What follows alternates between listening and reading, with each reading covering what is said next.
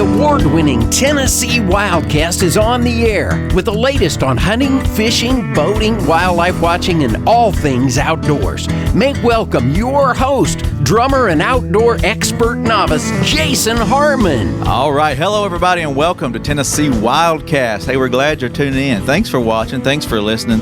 We appreciate y'all being with us each week.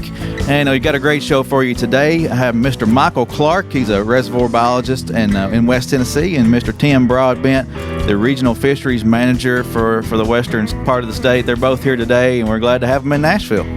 Appreciate you having us. Glad to be here. Yeah, looking forward to what we're going to talk about today. It's all about fish. We're going to talk about crappie, about bass. We're going to slide some Asian carp in there, even though that's not the most fun topic sometimes. But I just want to get the information out to you guys. We're also going to be talking about trout. But to kick it off, I want to advertise this hat once again. Todd, which camera am I on? This one right here? Okay, there you go. Nice, what I would say vintage kind of oilcloth style hat with a agency patch on the front in leather. So that's a really cool hat you can get online at gooutdoorstennessee.com. Only $20. Have y'all got yours yet? Not yet. Not yet. It's a great gift if you want to get one for a friend or get a couple for you, but $20 online. Just log in at gooutdoorstennessee.com, sign in there and go under license catalog and then under specialty. That's the easiest way to find it, and you can order as many as you'd like. While you're there, you could add on the hard card for $5 or update your license and be ready for the next year. I guess you can't do that yet, but if you don't have a license, you could get you a license and finish out the year. So anyway, appreciate you guys being here. Winter trout stocking is going to be coming up in Region 1. Actually, it's already happening, but there's some spots that are popular for folks. Shelby Farms, Martin City Pond, McKenzie City Pond. Are you guys out there stocking those? Or you got? Our hatchery guys are. Right, yeah. So what if you hear folks talking about those ponds and those places, they have a pretty good time out there catching. It's a catch and take, right? Oh, yeah. Yeah, they want you to take some home. Absolutely. Yeah, crew limit of 7, so catch as many as you can. Have fun. Yeah, it's a special program that we do for, especially since Region 1 don't see many trout a lot of times, so it's an opportunity to catch some trout in the cold time of the year. And that's pretty cool. And you mentioned, I'll just say this: tnwildlife.org is how you find the stocking schedule, and it's out there on the homepage. One of those blocks on the homepage, easy to find. But you said something about spring stocking also happens in Region 1 in some places. Yeah, in the springtime of the year, we have creeks in Stewart, Houston, Humphreys, and Perry counties in Region 1 that get multiple stockings. During the springtime, same thing, crew limit of 7. Most of them are marked, and all of the locations and stuff are in our fishing guide. So that's a put and take as well, I guess? Yes. Okay. Don't forget your license, though. You got to have that trout stamp to catch these and take them home. But that's cool. So the waters are, I guess, cold enough. It's still spring. It's still cooler time of the year, I guess. It's, correct.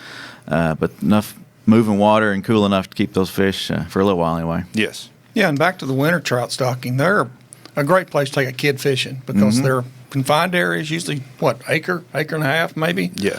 And we stock several hundred trout, and it's a great place to take a kid fishing, get them introduced to the outdoors. And yeah. It's a unique fish for West Tennessee. And those little guys, they fight pretty good, don't they? They flip and kick and everything else. So it's fun to watch folks reel them in. I know a lot of guys will follow the trailer, or follow the truck and be waiting on those to spit them out. So anyway, if the truck doesn't show up, they'll let you know. Yeah, watch the PDF and the list online at tnwildlife.org because that changes periodically. If there's a bad snow event or ice or something and we can't get to those ponds, we'll reschedule. So yes, that schedule could change as we move forward throughout the year. One more current event or announcement here. The Sandhill Crane Festival is going to be coming up next weekend, January 18th and 19th. So if you're interested in watching some sandhill cranes and enjoying that festival, it's out at the Birchwood School in Region 3. It's down in Meigs County area near the Hiawassee Refuge. So it's a great time to go watch birds. Have y'all ever been out there? See that? Not yet. We got too busy. We're too busy. January's busy for you guys. It doesn't breathe water, so we're. But it's a fun event, and there's always a lot of festivities around the festival. So go check that out. Well, I guess let's jump in. One of the terms I seen in the email, and we're just trying to set this show up and get you guys here. I seen this YOY, and I was like, what does that mean? Young of year. And you say you've had a good young of year for crappie and bass. So tell us what's been going on, what y'all been working on, and what's so great about what's been going on, what's been happening. Well, first and foremost, not only with crappie and bass, but also with most of our forage fish as well. It's been a great year for reproduction. We've seen successful reproductions of gizzard and threadfin shad, skipjack, and several of our native species of minnows and stuff have also shown up. Wow.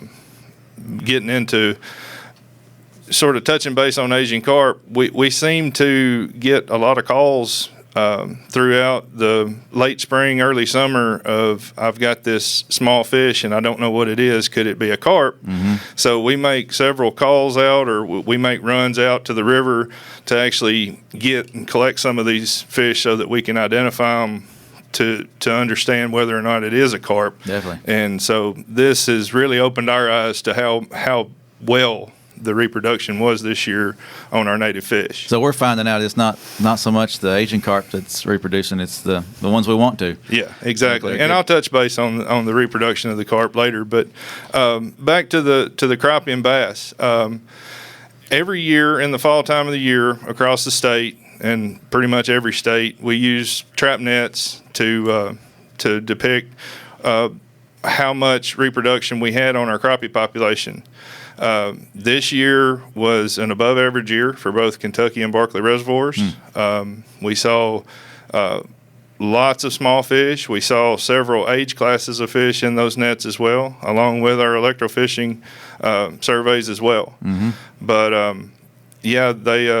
it's above average. It's been above average for a couple of years now. So I know we're not where we all want to be on our fish populations and fish structure, especially on Kentucky Lake, seeing a little bit of a dip. But for the most part, the future looks good. Awesome. And as far as the bass, again, with some of the carp calls and just reasons for us to need to be out there during the summer months and stuff, we witnessed several young year bass they were like secondary catches. We were looking for other species, and they were coming up. This fall, we tried to focus some of our collection efforts to the younger year bass, just to get an understanding of it, and it looks good as well. Explain to folks, if they're watching, we can draw a line here maybe. But how big is a younger year bass that you're collecting or seeing in these nets? Oh, they're 6 inches, 8 inches, something like that. 4 to 8 inches, just depending on what time of year you come across them and stuff. Yeah. So they're seeing a lot of those, yes. and the numbers are looking good. That's awesome. Yeah, the crappie that we're collecting in our trap nets, they're 3 to 5 inches. Okay. So that they're a little smaller. Yeah, awesome. And you talk about the trap nets. Explain to folks how those work, and do you just randomly select your locations, or you got some kind of method on where you're trapping and that kind of thing? It's historic sites. Okay. They've been sampled for 30 plus years. The nets are they have a lead on them of 100 feet.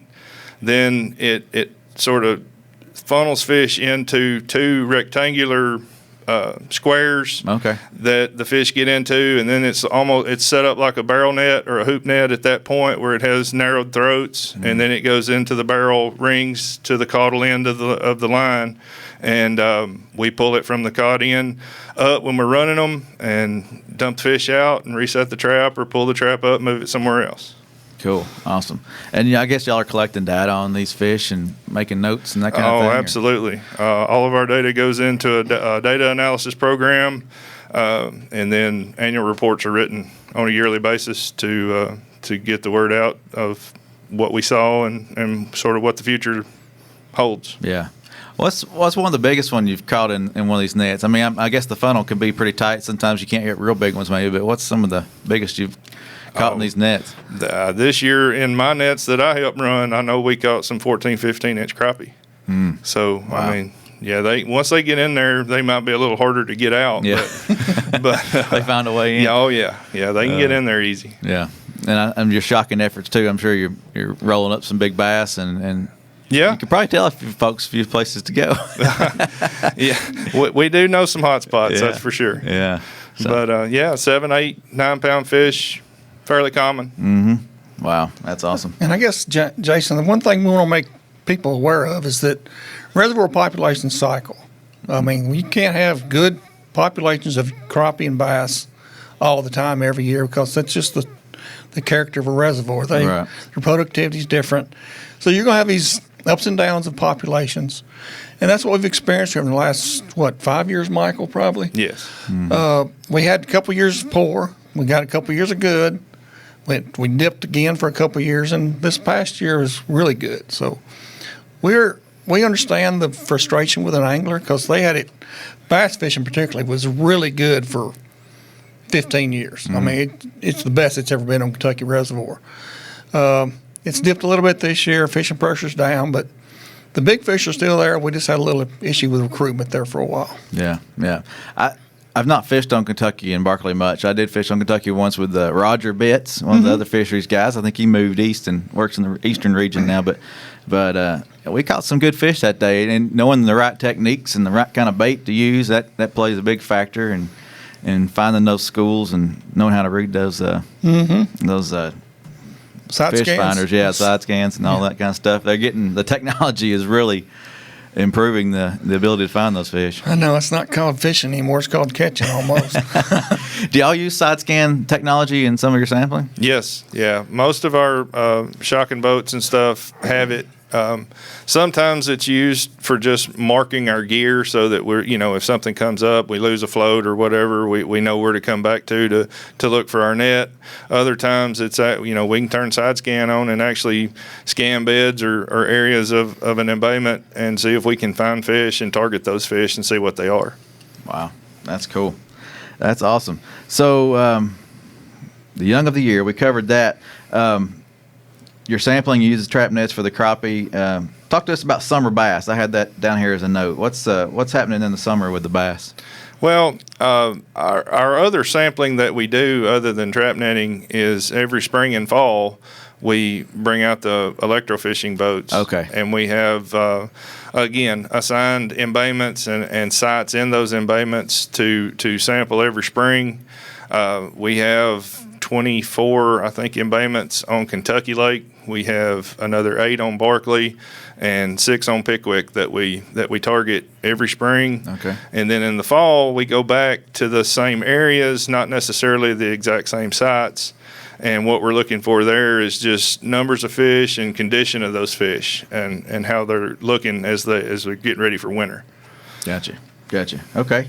And then there's a lot of work going on with the Florida largemouth in y'all's area. The Humboldt hatchery is raising some Florida largemouth. Talk to us a little bit about what's going on there. Yeah, Humboldt is a state-of-the-art hatchery with the Florida largemouth bass program. They can manipulate the air temperature and get the water temperatures up to where these bass can spawn earlier than what we normally get in other hatchery raceways. So they raise between 500,000 and 1 million young of year fingerling Florida largemouth bass every year, and that contributes to stocking Florida largemouth bass throughout the state.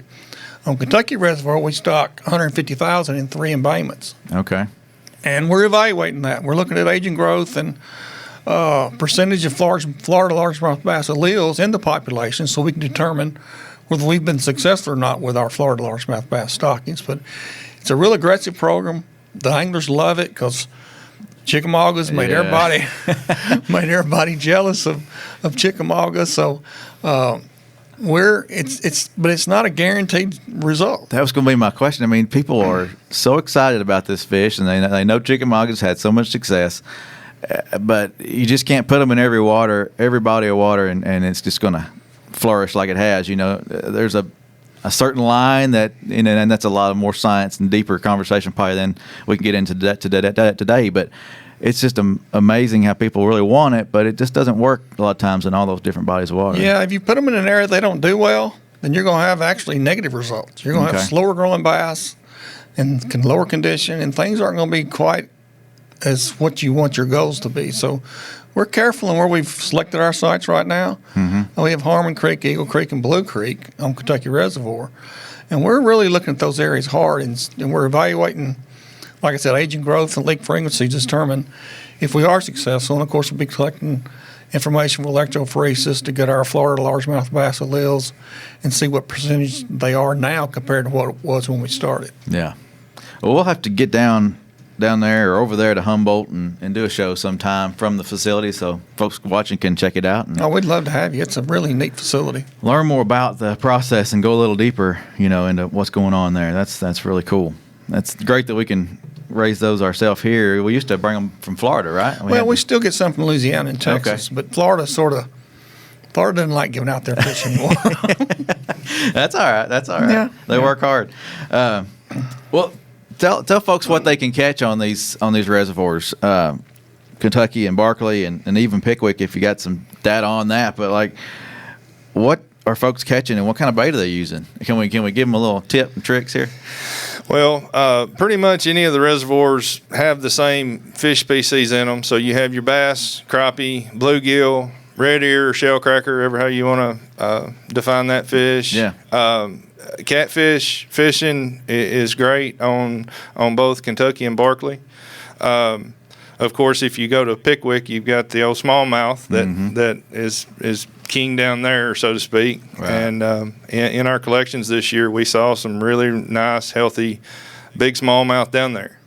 I heard from one of our guys that there was a tournament this past weekend, and the winning bag was like 27 pounds for 5 fish. So that's a really good, really good average for a tournament. So everything's looking up. As far as hot spots of time to fish, it's usually March, April, May, and sort of September, October, November, sort of the spring and fall times. Yeah. Of course, you can go fishing year-round as far as that's concerned.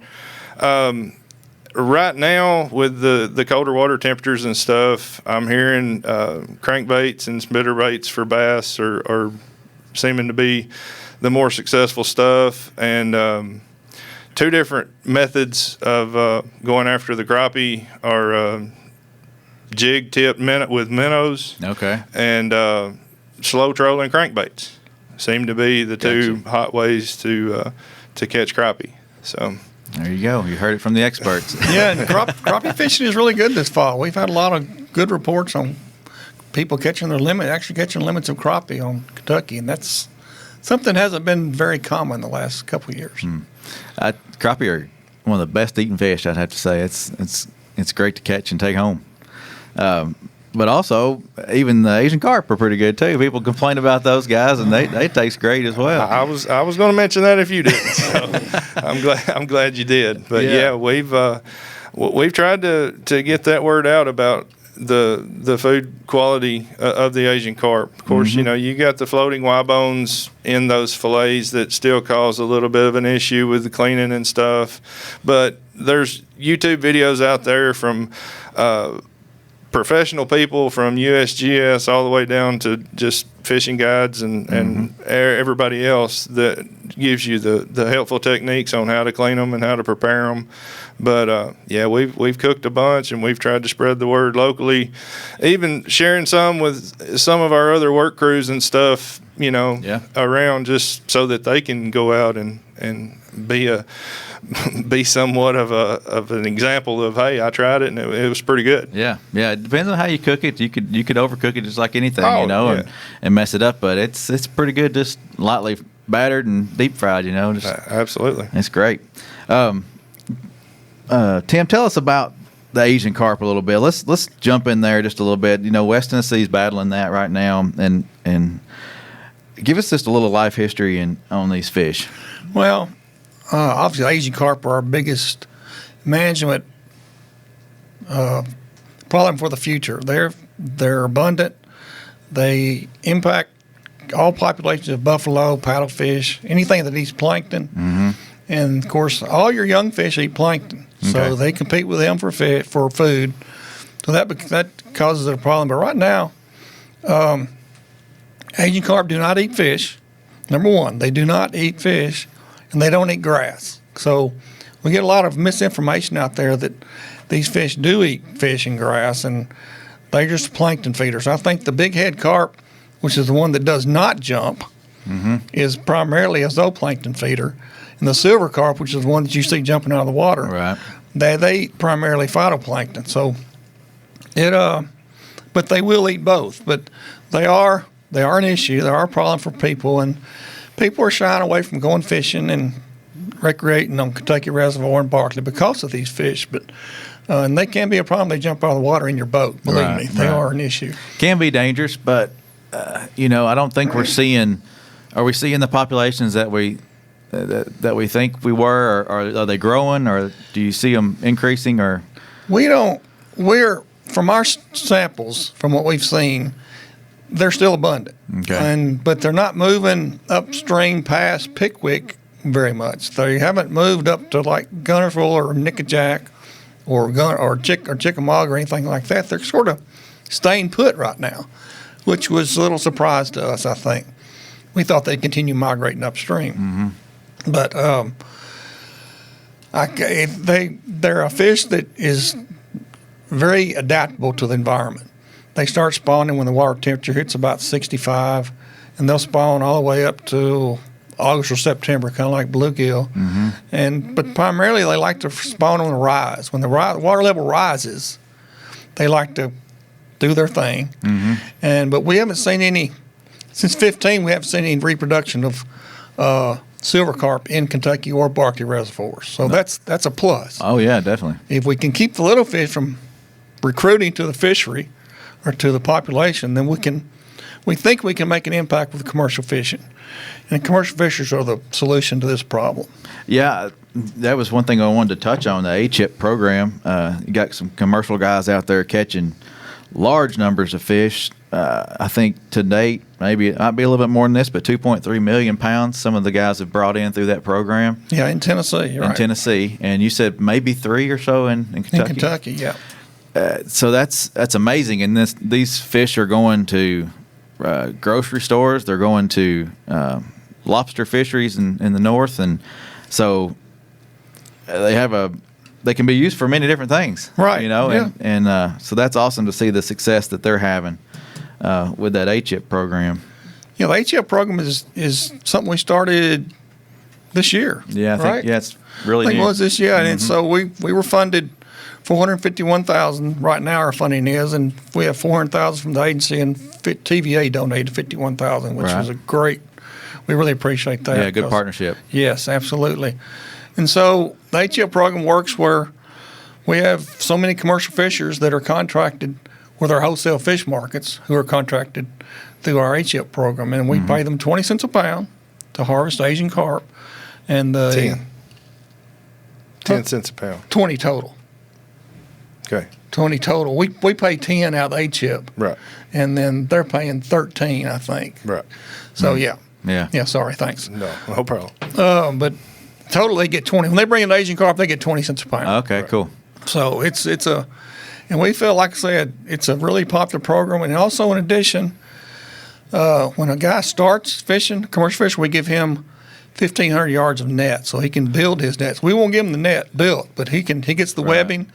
And so that's also a plus for the fishers. And if they harvest 60,000 pounds, they get another 1,500 yards.